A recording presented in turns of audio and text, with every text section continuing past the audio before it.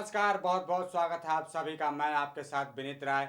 अपने इस खास प्रोग्राम में आप लोगों को बताऊंगा भगवान शिव और प्रभु श्री राम के बीच हुए भयंकर युद्ध के बारे में। वैसे भारत का पौराणिक इतिहास युद्ध और संग्राम की महागाथाओं से भरा हुआ है। असुरों और राक्षसों के रूप में धरती पर फैली बुराई का अंत करने के लिए भगवान विष्णु ने कई अवतार लिए हैं। रावण की राक्षसी सेना का विनाश कर सीता को उसकी कैद से मुक्त करवाने के बाद राम अपनी पत्नी सीता, भाई लक्ष्मण, हनुमान और सुग्रीव के साथ अयोध्या वापस लौट आए थे।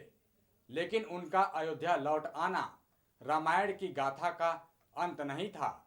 उनके अयोध्या लौट आने के बाद भी घटनाएं उतनी ही तेज गति से घटित हुईं जितनी कि पहले होती थीं। उन्हीं घटनाओं में एक घटना उस समय की है जब विष्णु के अवतार प्रभु श्री राम ने संहार के देवता शिव को युद्ध के लिए ललकारा था। सुनने में तो बहुत ही अजीब लगता है, लेकिन यह सच है कि भगवान श्री राम ने अपनी प्रतिष्ठा और भोले शंकर ने अपने वचन को लाज रखने के लिए एक दूसरे से भयंकर युद्ध किया था, जिससे कि पूरी धरती कांप उठी थी। और इस युद्ध को देवताओं ने भी आकाश में बैठकर देखा था और इस युद्ध की समाप्ति का इंतजार किया था। तो चलिए जानते हैं इस युद्ध के बारे में विस्तार से। भारत का पौराणिक इतिहास युद्ध और संग्राम की महागाथाओं से भरा हुआ है। असुरों और राक्षसों के रूप में धरती पर फैली बुराई का अंत करने के लिए भगवान विष्णु ने कई सारे अवतार लिए। रावण की राक्षसी सेना का विनाश कर सीता को उनकी कैद से मुक्त करवाने के बाद राम अपनी पत्नी सीता, भाई लक्ष्मण, हनुमान और सुग्रीव के साथ अयोध्या वापस लौट आए थे। लेकिन उनका अयोध्या लौट आना रामायण की गाथा का अंत नहीं था। उनके अयोध्या लौट आने के बाद भी घटनाएं उतनी ही तेज गति से घटित हुईं जितनी कि पहले होती थीं। इन्हीं घटनाओं में से एक घटना उस समय की है जब विष्णु के अवतार भगवान प्रभु श्री राम ने संहार के देवता भगवान शिव को युद्ध के लिए ललकारा था। सुनने में तो बहुत अजीब लगता है, लेकिन ये सच है कि भगवान राम ने अपनी प्रतिष्ठा और भोले शंकर ने अपने वचन की लाज रखने के लिए एक दूसरे से बहुत ही भयंकर युद्ध किया था, जिससे पूरी धरती कांप उठी थी। देवताओं ने भी आकाश में बैठकर इस युद्ध को देखा था और इस युद्ध की समाप्ति का इंतजार किया था। ये बात तब की है जब रावण का वध करके अपने वनवास की अवधि को समाप्त होने के बाद राम अयोध्या वापस लौट आए और अयोध्या में एक छत्र राज स्थापित करने के लिए उन्होंने अश्वमेध यज्ञ का आयोजन किया। इस यज्ञ के अंतर्गत जिस भी राज्य से वो अश्व होकर गुजरता है, वो राज्य उनका होता चला गया।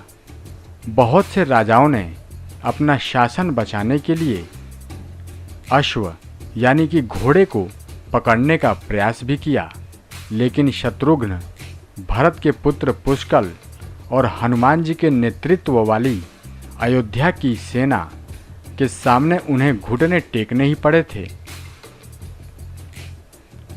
अनेक राज्यों पर विजय घोषित हो जाने के बाद अश्वमेध यज्ञ का घोड़ा देवपुर नाम के राज्य में पहुंचा, जहां राजा वीरमणि का शासन था। राजा वीरमणि अत्यधिक धर्मप्रिय और कर्तव्यनिष्ठ शासक था। उसके राज्य में प्रजा अत्यंत प्रसन्न तो थी ही, साथ ही वीरमणि भगवान राम और शिव की भी बड़ा भक्त था। वीरमणि के दो पुत्र रुक्मागंध और शुभागद उसी की तरह ही पराक्रमी थे और वीरमणि का भाई वीर सिंह महायोद्धा कहा जाता था। वीरमणि ने शिव की तपस्या करके उनसे ये वरदान मांगा था कि शिव जी उनके राज्य की रक्षा करेंगे। उनके राज्य की रक्षा खुद भगवान शिव करते थे, इसलिए कोई भी राजा उनके राज्य पर आक्रमण करने की हिम्मत नहीं करता था। लेकिन राम के अश्वमेध यज्ञ का घोड़ा बीरमणि के राज्य में पहुंच गया था और बीरमणि के पुत्रों ने उस अश्व को बंदी भी बना लिया था।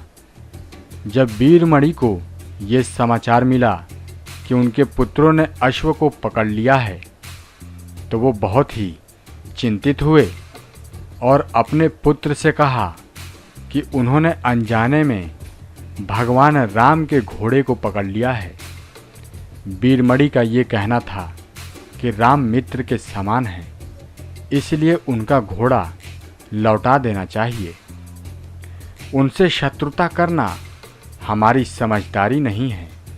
पिता की बात सुनकर रुक्मानंद ने कहा कि उसने शत्रुघ्न को युद्ध के लिए आमंत्रित भी कर लिया है, इसलिए अब बिना युद्ध किए घोड़ा लौटा देने से अपमान होगा, इसलिए युद्ध करने की आज्ञा दी जानी चाहिए। हम आपको बता दें कि वीरमणि को अपने पुत्र की बात ठीक लगी। अपने भाई, दोनों पुत्रों और एक विशाल सेना के साथ उन्होंने युद्ध क्षेत्र की ओर प्रस्थान किया। अब तक शत्रुघ्न को भी ये सूचना मिल चुकी थी कि उनके घोड़े को बंदी बना लिया गया है। वो भी बहुत ही ज़्यादा क्रोधित थे और अपनी सेना के साथ युद्ध के मैदान में पहुंच गए। हनुमान जी ने उन्हें पहले ही कहा था कि देवपुर पर जीत हासिल करना असंभव है, क्योंकि खुद शिव उनके राज्य की रक्षा करते हैं। इसलिए बातचीत के माध्यम से हल निकालना चाहिए।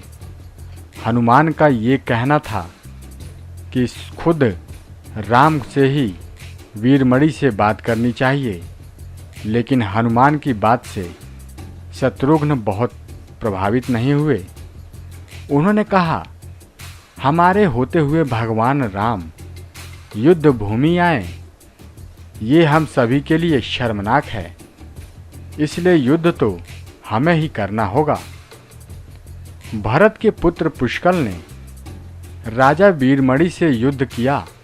हनुमान का सामना वीरमणि के पराक्रमी भाई वीर सिंह और शत्रुघ्न का सामना रुक्मानंद और शुभागंध से हुआ। पुष्कल ने वीरमणि को मूर्छित कर दिया। वहीं हनुमान जी ने भी वीर सिंह को धाराशायी करके शुभागंध और रुक्मानंद को नागपाश में बांध दिया। जब वीरमणि को होश आया तब उसने अपने इष्ट देव भगवान शंकर का ध्यान करके उनसे सहायता मांगी। महादेव ने वीरभद्र के नेतृत्व में भृंगी और नंदी सहित अपने समस्त गणों को युद्ध के मैदान में भेज दिया। वीरभद्र ने अपने त्रिशूल से पुष्कल का वध कर दिया। भृंगी ने महादेव के द्वारा दिए गए पाश में शत्रुघ्न को बांध दिया गया और नंदी ने शिवास्त्र का प्रयोग करके हनुमान को पराभूत कर दिया। इसके अलावा भगवान शिव के गणों और वीरमणि की सेना ने मिलकर अयोध्या के सैनिकों को धूल चटा दी। इस विपदा को देखकर शत्रुघ्न भी प्रभु राम का स्मरण करने लगे। शत्रुघ्न के स्मरण करते ही राम अपने भाई लक्ष्मण के साथ युद्ध क्षेत्र में पहुंच गए। सबसे पहले तो उन्होंने हनुमान को नागपाश से मुक्त करवाया। पुष्कल की मृत्यु से भगवान राम बहुत ही क्रोधित हुए। उन्होंने शिव के गणों को विश्वामित्र के द्वारा प्रदान किए गए दिव्यास्त्रों से विदीर्ण करके नंदी सहित शिव के समस्त गण त्राहिमाम त्राहिमाम कहते हुए शिव से सहायता करने की गुहार लगाने लगे। उनके बुलाने पर महादेव भी युद्ध भूमि में प्रकट हुए। उनके रण क्षेत्र में आते ही एक ऐसा तेज उत्पन्न हुआ जिससे राम की सेना मूर्छित हो गई। जब राम ने अपने सामने शिव को देखा तो सभी हथियारों को त्याग कर उन्होंने दंडवत प्रणाम किया। भगवान राम ने शिव से कहा, अब तक जो भी हुआ आप ही के आशीर्वाद से हुआ। रावण का वध भी आपकी कृपा से ही हुआ और अश्वमेध यज्ञ भी आपके आशीर्वाद से ही संपन्न किया जा रहा है। इसलिए कृपा करके इस युद्ध का अंत करें। शिव ने भी राम से कहा कि वो खुद विष्णु के अवतार हैं, इसलिए उनसे युद्ध करने की बिल्कुल भी इच्छा नहीं है, लेकिन भक्त वीरमणि को दिए रक्षा के वरदान के लिए वो इस युद्ध से पीछे नहीं हट सकते थे। भगवान शिव ने राम को संकोच छोड़कर युद्ध करने के लिए आमंत्रित किया। श्री राम ने शिव की आज्ञा का पालन करते हुए युद्ध का शुभारंभ किया। दोनों के बीच भयंकर युद्ध छिड़ गया। राम ने शिव पर अपने सारे दिव्यास्त्रों का प्रयोग कर दिया, लेकिन कोई भी अपना प्रभाव नहीं छोड़ पाया। आखिर में जाकर उन्होंने शिव के द्वारा वरदान में दिए गए पाशुपत्रास्त्र का प्रयोग करते हुए शिव से कहा, आप ही ने मुझे ये अस्त्र वरदान में देकर ये कहा था कि त्रिलोक में कोई भी इससे पराजित हुए बिना नहीं रह सकता। इसलिए हे महादेव, आपकी ही आज्ञा और इच्छा से मैं इसका प्रयोग आप पर ही करता हूँ। इतना कहते हुए राम ने पाशुपतास्त्र को भगवान शिव पर चला दिया। वो अस्त्र सीधे महादेव के हृदय स्थल पर जाकर लग गया और भगवान शिव उनसे संतुष्ट हो गए।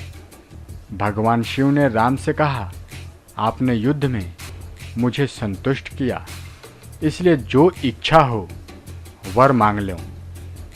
वर के रूप में श्री राम ने पुष्कल और इस युद्ध में वीर गति को प्राप्त असंख्य सैनिकों के प्राण वापस मांग लिए। महादेव ने भी खुश होकर उन्हें तथास्तु कहा और सभी को जीवन दान दे दिया। भगवान शिव की आज्ञा से वीरमणि ने अश्वमेध यज्ञ का घोड़ा भगवान श्री राम को वापस लौटा दिया। ये बात उन दिनों की है जब श्री राम का अश्वमेध यज्ञ चल रहा था। श्री राम के अनुज शत्रुघ्न के नेतृत्व में असंख्य वीरों की सेना सारे प्रदेश को विजित करती जा रही थी। यज्ञ का अश्व प्रदेश प्रदेश घूम रहा था। इस क्रम में कई राजाओं के द्वारा यज्ञ का घोड़ा पकड़ा गया, लेकिन अयोध्या की सेना के आगे उन्हें झुकना ही पड़ा। जबकि विष्णु के 7वें अवतार भगवान श्री राम ने रामायण में हर जगह शिव को अपना आराध्य बताया है और उनकी पूजा की है। तो आज के इस खास प्रोग्राम में बस इतना ही। हम फिर मिलेंगे अपने अगले प्रोग्राम के साथ। तब तक के लिए हमें इजाज़त दीजिए। नमस्कार।